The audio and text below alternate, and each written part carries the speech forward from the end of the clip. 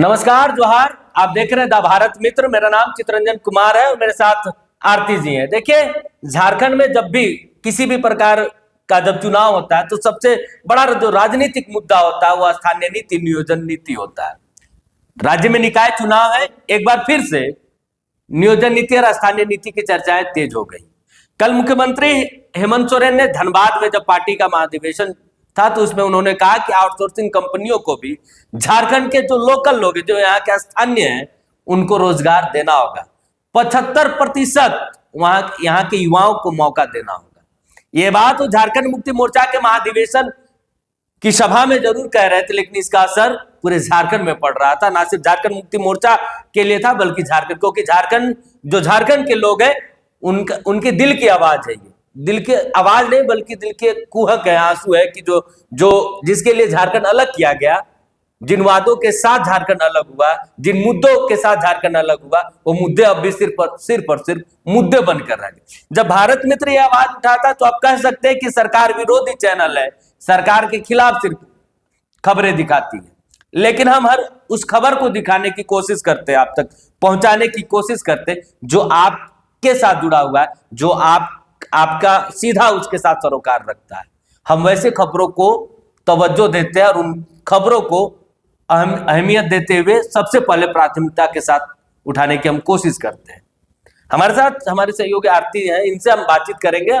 इस खबर का मूल जो है उसको निकालने की हम कोशिश करेंगे। आखिर जब भी चुनावी सिर्फ वादे मुद्दे बनकर क्यों रह गए हैं? क्योंकि 75% सरकार जब बनेगी तो 1932 आधारित स्थानीय नीति, ये सब चीजें सिर्फ राजनीतिक मंचों पे दिखता है, लेकिन उसी जब राजनीतिक मंच पर भाषण देने वाले नेताओं को जब राज्य की सत्ता मिलती है तो उसमें गौन हो जाता है। इसलिए मैं ये सवाल कर रहा हूं क्योंकि पिछले दिनों विधानसभा का सत्र था, फिर से सदन आहूत है, लेकिन यही सवाल जब कुछ विधायकों ने उठाया था कि क्या प्राइवेट कंपनियों पर सरकार की ऐसी कोई नियमावली बन रही है, ऐसा कोई मंशा है कि आउटसोर्सिंग कंपनियां जो है उन पर जो है राज्य के युवाओं की भागीदारी सुनिश्चित की जाएगी, तो इसका जवाब नहीं आता। इसके जवाब पर सीधा स्पष्ट रूप से सरकार की तरफ से जवाब नहीं आ पाता। ये सवाल जेएलकेएम के जो विधायक, एकमात्र विधायक जयराम महतो ने भी उठाया था, क्योंकि विधानसभा रिपोर्टिंग करते हैं हम लोग तो ये सवाल आया था, तो मेरे जहन में है कि ये सवाल उठाए गए थे, तब सरकार की तरफ से स्पष्ट रूप से इसका जवाब नहीं आया था। सबसे पहले तो मैं चाहती हूँ कि एक बार मैं वो जरूर सुना दूं कि मुख्यमंत्री ने इस मुद्दे पर कहा क्या है। आप पहले ये सुन लीजिए। सरकार का 1 साल भी नहीं हुआ, अभी तक लगभग 25 से 26 हजार नौजवानों को नौकरी हम लोग दे चुके हैं। लेकिन एक बात आपको और भी बताते हैं, पढ़ाइए लिखाइए बच्चों को, लेकिन सिर्फ सरकारी नौकरी के भरोसे मत रहिए।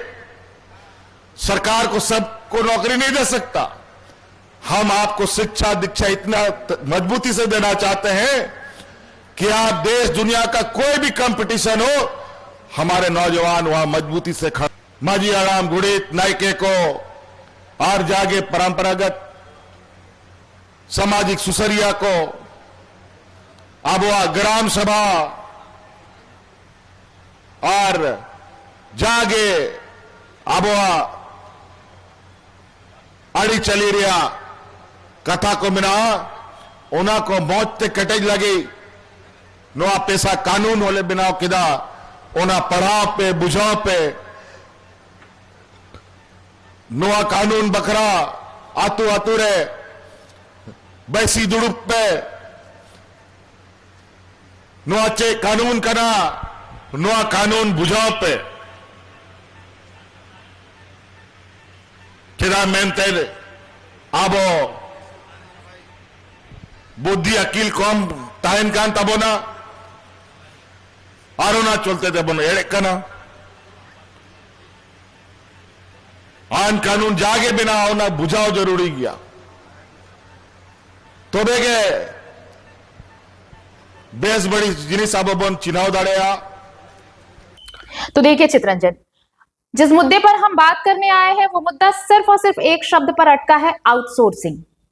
मुख्यमंत्री ने धनबाद में पार्टी यानी जेएमएम के जो स्थापना दिवस को लेकर जो कार्यक्रम था, उस कार्यक्रम में जब उस बड़े मंच पर जहां हजारों की तादाद में उनके समर्थक जुटे हुए थे और वहां से सुनने के लिए पूरा राज्य भी तैयार बैठा था कि क्या कहते हैं इस मंच से, क्योंकि स्थापना दिवस पर पहले दिशोम गुरु मुख्य अतिथि हुआ करते थे, तो उनकी गैर हाजिरी में ये पहला मौका हो रहा है कि जब पार्टी अपना स्थापना दिवस मना रही है तो वो मौजूद नहीं है। ऐसे में सबकी निगाहें मुख्यमंत्री पर टिकी हुई थी कि मुख्यमंत्री मुख्य अतिथि हैं और क्या कहते हैं इस बड़े मंच से, क्योंकि पार्टी का ये सबसे बड़ा कार्यक्रम होता है। बिल्कुल यार, सिर्फ पार्टी के सुप्रीमो ही नहीं बल्कि देश राज्य के मुखिया भी। हाँ, तो जब मुख्यमंत्री यहाँ पर आते हैं और अपने संबोधन में जब आउटसोर्सिंग का जिक्र करते हैं, वो सीधे तौर पर कहते हैं कि जो भी कंपनियां यहाँ काम कर रही हैं उनको 75% लोकलाइट्स को यानी लोकल स्थानीय को नियुक्ति देना होगा, रोजगार देना होगा, नियोजित करना होगा।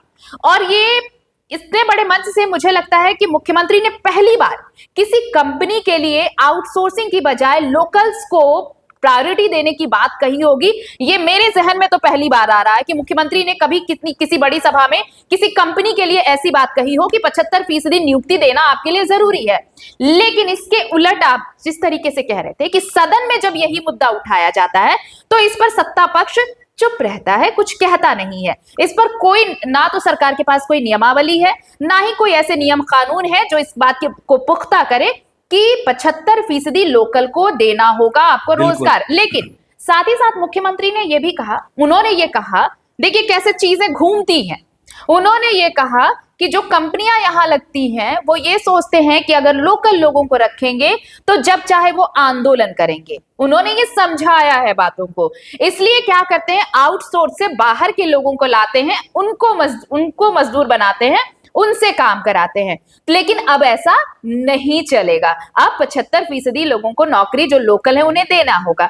तो ये तय कौन करेगा? बिल्कुल, मेरा सवाल आरती यही था, बोल कौन रहे हैं कि राज्य के मुखिया बोल रहे हैं। पहली दफा इनका ये सरकार के या झारखंड मुक्ति मोर्चा का पहला स्टैंड नहीं, इससे पहले भी इनके तरफ से इस तरीके की बातें आई हैं। इसलिए सवाल उठता है कि आप नियमावली बनाने वाले आप हैं, सत्ता पे आप हैं, करना आपको, लेकिन सवाल आप कह रहे हैं संघर्ष करने की बात कर, आखिर कब तक संघर्ष करें? आपको सत्ता मिले, सत्ता देखिए ऐसा नहीं कि सत्ता जो है चार अगर पांव होते हैं कुर्सी के तो चारों अलग अलग है गठबंधन की सरकार, लेकिन आप पूरी आजादी के साथ सरकार चला रहे हैं। कांग्रेस की वही स्थिति है कि सत्ता में रह के भी सत्ता से दूर है, उसके पास दूसरा कोई विकल्प नहीं, वो आपके साथ उसकी मजबूरी है बनी हुई रहना, वो उसके पास दूसरा विकल्प नहीं है। आपके पास कई विकल्प है, लेकिन कांग्रेस के पास विकल्प दूसरा कोई विकल्प नहीं है। इसलिए सरकार मजबूती के साथ आप चला रहे हैं। आप ऐसा आप नहीं कह सकते कि सरकार जो है मजबूती के साथ सरकार नहीं है, गठबंधन की सरकार है,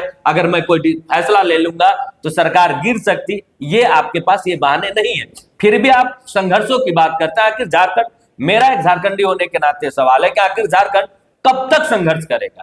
सबसे पहले झारखंड के लोग संघर्ष किया, आजादी में संघर्ष किया, राज्य अलग के लिए संघर्ष किया कि अलग पहचान के लिए संघर्ष किया।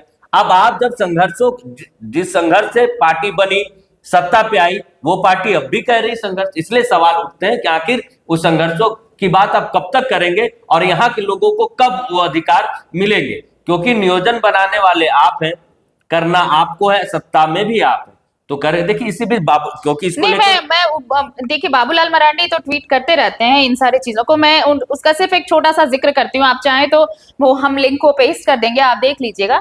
लेकिन मैं बस इतना चाहती हूँ, ये बताना चाहती हूँ कि उन नेता प्रतिपक्ष का काम है कि वो सरकार की चीजों को, लेकिन सवाल सिर्फ अभी हम मुख्यमंत्री से इसलिए कर रहे हैं क्योंकि मुख्यमंत्री अगर इन चीजों के लिए वो मांग किससे कर रहे हैं, वो किसे कह रहे हैं, किसे बताना चाह रहे हैं? आखिरकार करना तो आपको है ना सरकार, आप ही तो वो नियमावली लेके आएंगे, आप ही तो ये नियम बनाएंगे। आप जो उस मंच से कह रहे हैं, आप ये तय कर दीजिए। कंपनियां आपके राज में आ रही हैं तो आप ये तय कर दीजिए कि कोई भी कंपनी आपके उस आदेश की अवहेलना नहीं कर सकती। अगर आपने लोकलाइट्स को 75% वहां पर नियुक्ति नहीं दी तो फिर आपको काम यहां पर नहीं मिलेगा, आप यहां कंपनी नहीं चला सकते। आप किससे फरियाद कर रहे हैं?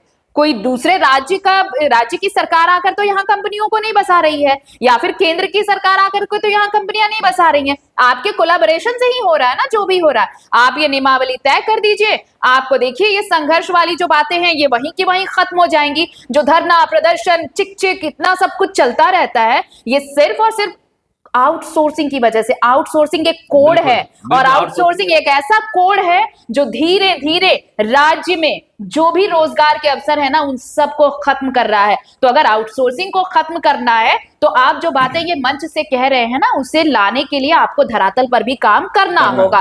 वो नियमावली तैयार करनी होगी जिसकी बातें आप कर रहे हैं। तो ऐसे नियम कायदे सब कुछ लेकर आइए, कंपनी के साथ ये सीधा सीधा तय करिए भाई कि हमारे लोग यहाँ काम करेंगे तो आप काम करेंगे, हमारे लोग नहीं तो आप काम नहीं करेंगे।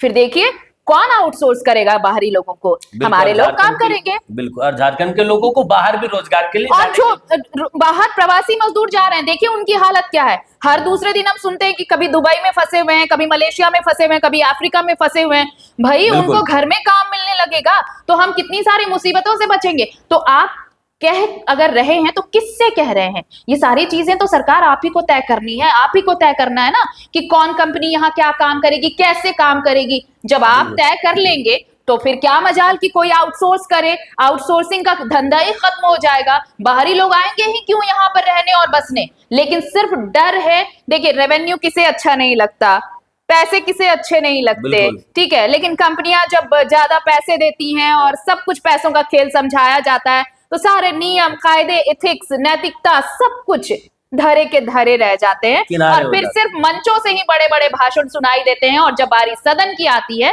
तो सिर्फ और सिर्फ होता है 0 बटा सन्नाटा, और उसके आगे सिर्फ फुल स्टॉप होता है, कुछ नहीं होता। बिल्कुल। और जहां तक जिसका जिक्र आपने कहा कि जो कंपनियां इसलिए नहीं लेती क्योंकि वो आंदोलन करते, लेकिन जब भी आप यहाँ के लोगों का हक आप या किसी अपने कर्मचारी का आप हक मारने की कोशिश करेंगे तो आंदोलन आपको दिखेगा। और अपने क्योंकि अपने लिए आवाज उठाना ये हक है, ये आपका संवैधानिक अधिकार है कि आपकी हकमारी कहीं कहीं की जा रही तो उस अधिकारों को आप उपयोग करें, अपने अधिकारों का, उसके खिलाफ आप अपनी आवाज को बुलंद करें। देखिए निश्चित तौर पर ये फैसले होते हैं और आवाज उठते हैं, लेकिन ये भी तो देखना होगा कि प्राइवेट कंपनियों को बसाने के लिए यहीं के लोग जो है वो सेक्रीफाइस करते हैं, जमीन देते हैं, स्थान देते हैं, तब जाकर कोई बाहर की कंपनियां यहाँ पर विकराल रूप जो है बड़ा रूप ले पाती है। चाहे वो HEC की बात कर ले या किसी भी प्राइवेट कंपनियों की हम बात कर ले, चाहे अडानी कंपनी की बात कर ले, जब यहाँ के लोग अपना घर अपना परिवार छोड़ते हैं तब जाकर उनको स्थान मिलता है। तो एक सोचने वाली बात है कि आखिर कब तक झारखंड संघर्ष करेगा, झारखंड के लोग कब तक संघर्ष करेंगे अपने हक और अधिकारों के लिए। नमस्कार, जोहार।